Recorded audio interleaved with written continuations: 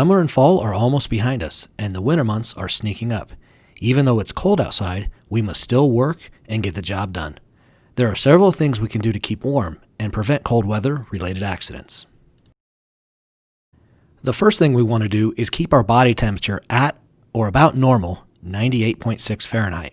This can be accomplished by wearing layers of clothing both inside and outdoors. Wear cotton or lightweight wool next to the skin. Keep dry by having proper rain gear available and a pair of good waterproof boots. An extra pair of clean, dry socks can really come in handy. Don't forget to protect your neck and ears. You can lose a lot of heat from those two areas, and a good pair of gloves is essential.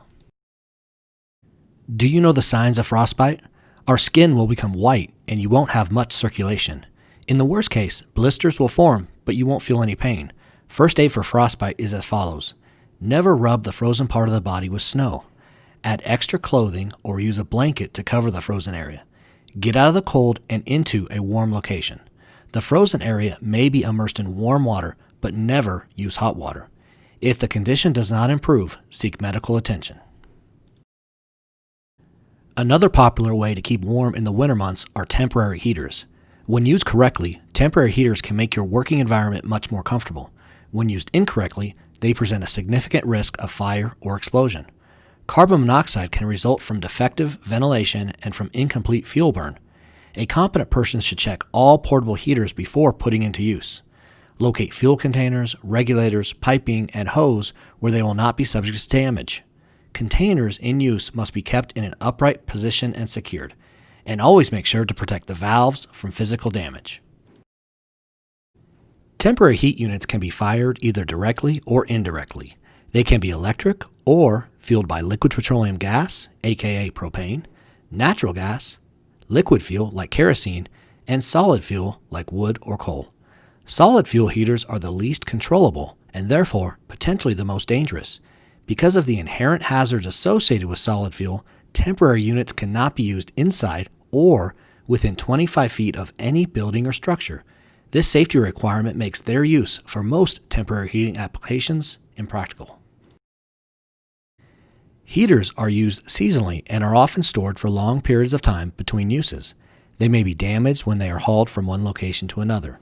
It is critical that each heater is inspected before operation for signs of damage and is watched closely during initial operation to be sure that it functions properly. Make certain before use that the heater is approved for the environment in which you plan to use it using the manufacturer's specifications, and make certain there is adequate ventilation in the room in which the heater will be placed.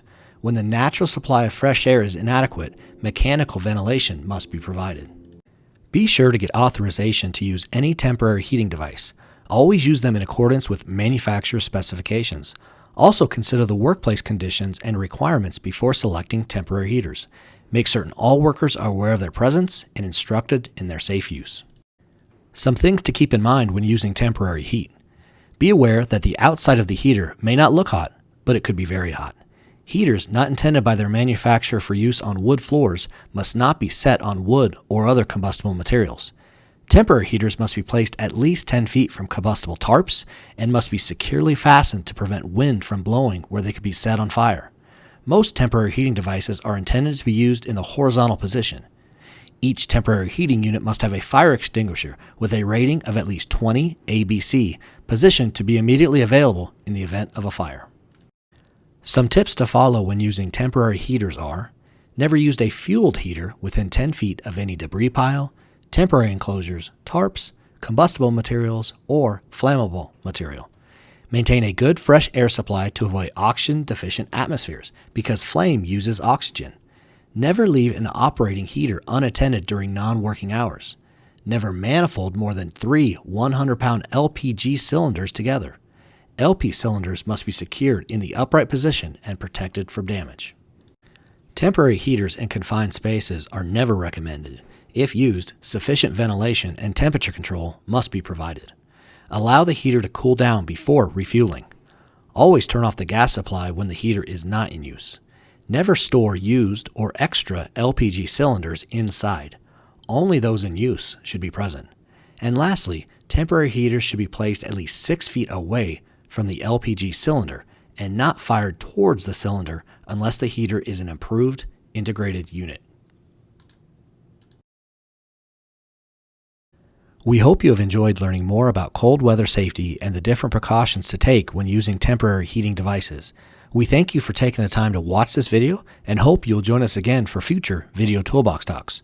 As always, we'd love to hear your feedback. Please let us know if you have any questions or comments. Thank you very much and have a safe day.